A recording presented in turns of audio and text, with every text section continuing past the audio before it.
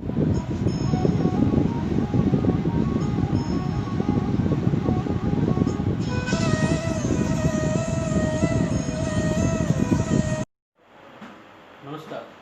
मैं हूं गौरलाल कलावत। गीतानंद ग्रामीण विकास शिक्षा संस्थान की इस ऑनलाइन क्लासेज में आपका स्वागत है। हम पढ़ रहे थे क्लास 10th का अध्याय सेनापति, और सेनापति में पद संख्या छंद संख्या 2, इसकी व्याख्या आज हम करेंगे। छंद आपके सामने लिखा हुआ है। दो छंद में, छंद संख्या 2 में एक विशेष प्रकार की सेनापति ने अपना वर्णन किया है। संदर्भ प्रसंग बताने की आवश्यकता नहीं है। प्रस्तुत छंद आपकी पाठ्य पुस्तक हिंदी से संकलित, हिंदी में संकलित सेनापति के छंदों से लिया गया है। इसमें कवि ने अपनी काव्य कौशल के माध्यम से, काव्य विशेषताओं के माध्यम से उन्होंने ग्रीष्म ऋतु को, उन्होंने किस में परिवर्तित किया है? वर्षा ऋतु में, यानी वर्षा ऋतु का रूप उन्होंने दिया है। ग्रीष्म ऋतु को वर्षा ऋतु का रूप उन्होंने दिया है अपने काव्य कौशल के माध्यम से, और कुछ शब्दों का समावेश किया है जिनका अलग अलग अथवा में अर्थ निकाल के उन्होंने ग्रीष्म ऋतु को किसमें परिवर्तित किया है? वर्षा ऋतु। देखते हैं। देखिए क्षति अंबर जले है चारी और छोर, तिन तरबर सब ही को रूप हरियो है, महाझर लागे ज्योति भादव की होती चले, जलद पवन तन सेख मानो प्रयो है, दारुण तरनी तरे नदी सुख पावे सब, सिरी घन छाह चाहि वो चित धरियो है, देखो चतुराई सेनापति कविताई की, ग्रीष्म विषम वर्षा की सम करियो है। यहाँ पर पहले अर्थ में व्याख्या करने जा रहे हैं। तो पहले अर्थ में हम इसको ग्रीष्म ऋतु के अर्थ में लेते हैं। किस में लेते हैं? ग्रीष्म ऋतु के अर्थ में लेते हैं। सबसे पहले हम तर्क देंगे ग्रीष्म ऋतु के, अर्थ में हम इसका तर्क देंगे, इसकी व्याख्या करेंगे। पहले ग्रीष्म ऋतु के और उसके बाद वर्षा ऋतु के। देखिए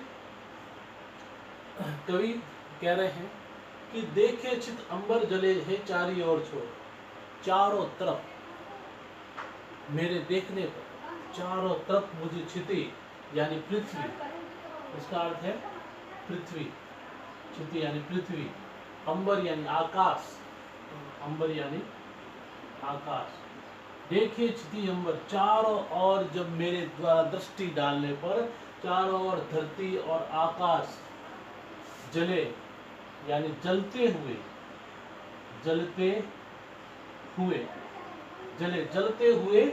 चारों ओर प्रतीत हो रहे हैं। चारों तरफ इतनी गर्मी है, चारों तरफ धरती और आकाश मुझे देखने पर, मेरे द्वारा देखने पर जलते हुए प्रतीत हो रहे हैं।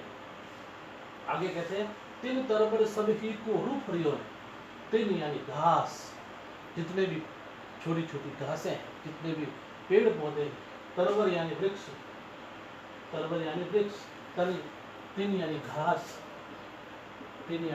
घास, तरबर वृक्ष सब ही को रूप हरियो है। चारों तरफ इस भीषण गर्मी ने सभी की सुंदरता, इनका रूप को हर लिया है। हर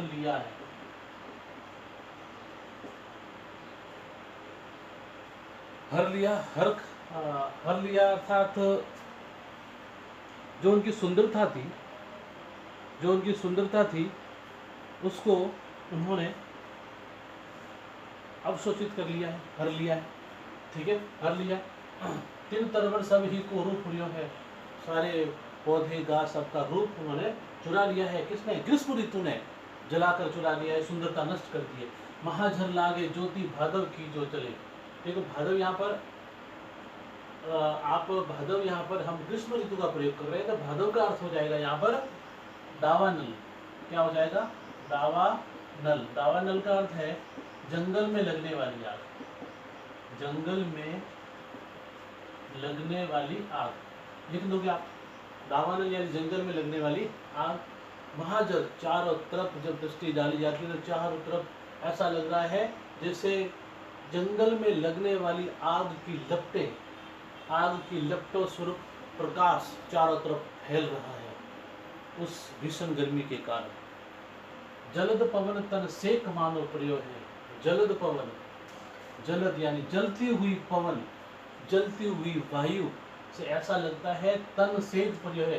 तन सेक प्रियो यानी शरीर की सेकाई हो रही है, शरीर को सेक दिया गया है, सेकाई हो रही है, सेकाई हो रही है, सेक यानी सेकाई हो रही है, यानी चलती हुई पवन से ऐसा लग रहा है कि शरीर की सेकाई हो रही है।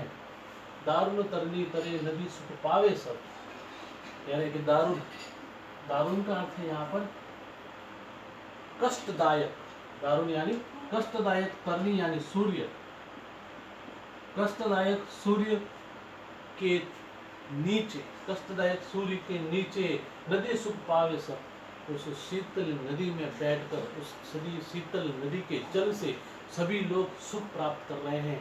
यानी उससे सूर्य की कठिनाई युक्त, दारुण युक्त उस सूर्य की किरणों से बचने के लिए, उसके तप से बचने के लिए लोग उस नदी में बैठकर सुख प्राप्त कर रहे हैं, नदी के जल से सुख प्राप्त कर रहे हैं। श्री घन छाह चाहे वो चित धरियो है। श्री घन छाह, ठंडी, घन, श्री का अर्थ है ठंडी, ठंडी, घन छाह, ठंडे बादलों की ठंडी छाह सबका मन हरने वाली है, सबका मन प्राप्त करने वाली है, मन हरने वाली है।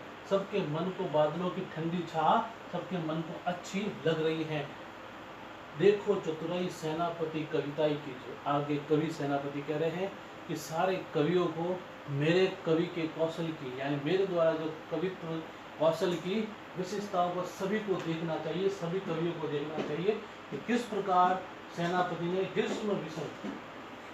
ग्रीष्म विषम यानी भयंकर गर्मी, भयंकर गर्मी, विषम यानी भयंकर, भयंकर ग्रीष्म ऋतु को, विषम भयंकर ग्रीष्म ऋतु को, भयंकर ग्रीष्म ऋतु को वर्षा की समकर्य, वर्षा ऋतु के समान परिवर्तित कर दिया है। ये वर्षा ग्रीष्म ऋतु के लिए तर्क दिए गए थे। सबसे पहले ग्रीष्म ऋतु के पक्ष में तर्क दिए गए थे। अब हम चलेंगे वर्षा ऋतु के पक्ष में। तो वर्षा ऋतु के पक्ष में इन्होंने कैसे परिवर्तित कर दिया है, कौन कौन से शब्दों का समावेश किया है, हम देखते हैं। अब देखिए वर्षा ऋतु के पक्ष में, तो यहाँ पर वर्षा ऋतु के पक्ष में कैसे बना दिया है। देखे क्षिति अंबर जले, देखो ये शब्द जो था जल, जले, यहाँ पर ये था जलते हुए, लेकिन अब इसका हम जल के रूप में प्रयोग करेंगे। कौन सा शब्द, जल के रूप। अब वर्षा ऋतु के लिए इसका जल में आ जाएगा, ग्रीष्म ऋतु के लिए जलते हुए में आ जाएगा। देखे क्षिति अंबर जले है चारी ओर छोड़। जब कवि चारों तरफ देखते हैं, उस चारों तरफ धरती और आकाश जल से भरे हुए, जल से लबालब, चारों तरफ जल ही जल बरस रहा है। चारों तरफ मिर्ची डालने पर उनको महसूस हो रहा है कि चारों तरफ जल की बूंदें बरसे, चारों तरफ जल ही जल नजर आ रहा है। ये किसका प्राय है, वर्षा ऋतु का प्राय।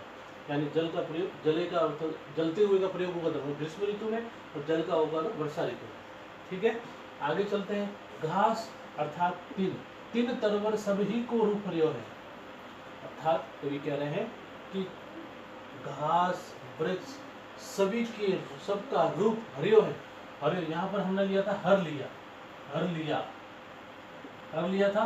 अब यहाँ पर हर लिया की जगह हम लिखेंगे हरा है, हरा, ग्रीन, हरा है। यानी घास वृक्ष सबका रूप चारों तरफ वर्षा के कारण हरा भरा हो गया है। तो यानी हरियो का एक हर लिया होता है ग्रीष्म ऋतु के लिए, और हरा है वर्षा के लिए। तो यहाँ पर वर्षा ऋतु का वर्णन कर रहे हर लिया है। महाझर लागे ज्योति भादव की होती चले। चारों तरफ भादव ऋतु की झड़ी लगी हुई है, जड़ी लगी हुई भादव ऋतु में, भाद्रपद ऋतु में झड़ी लगती है, झड़ी लगी हुई है। और उसमें जो बिजली कड़क रही है, ज्योति भादव की, यानी भाद्रपद ऋतु में जो बिजली चमकती है, उसकी ज्योति चारों ओर चमक रही है, चारों ओर चमक रही है। जलद पवन तन सेक करियो है। जलद पवन, जलद यहाँ पर जलद का अर्थ है बादल से हम ले लेंगे। पहले लिया था जलती हुई पवन, यानी बादल से स्पर्श करती हुई पवन, जलद हो। बादल से स्पर्श करती हुई पवन जब तन को स्पर्श करती है, स्पर्श करते आती हुई पवन जब तन को स्पर्श करती है तो बड़ा सुख प्रदान कर रही है, बड़ा सेक यानी सुख प्रदान कर रही है, बड़ा अच्छा लग रहा है मन को। सेक का अर्थ है यहाँ पर सुहावना स्पर्श, सुहावना स्पर्श, यानी जैसे ही वह बादलों को स्पर्श करके बादलों में होती हुई ठंडी पवन आती है और तन को स्पर्श करती है तो सुहावना स्पर्श महसूस हो रहा है। दारुण तरी तरे नदी सुख पावे सब। दारुण, दारुण का अर्थ है यहाँ पर पहले लिखा था मैंने कठिनाई युक्त, अब लिखेंगे काठ, काठ यानी लकड़ी, काठ यानी लकड़ी, दारुण काठ लकड़ी। दारुण तरनी, तरनी यहाँ पर सूर्य था, अब तरनी यहाँ पर नाव हो जाएगा, तो यानी काठ की लकड़ी। दारुण तरनी तरे नदी सुख पावे, सभी लोग काठ की यानी लकड़ी की नाव लेकर नदी को पार करते हुए सुख प्राप्त कर रहे हैं, आनंदित हो रहे हैं। श्री गणछा चाहे वो चित दरियो, सभी बादलों की ठंडी छांव में बैठना चाहते हैं, उनका मन वही आनंदित हो रहा है।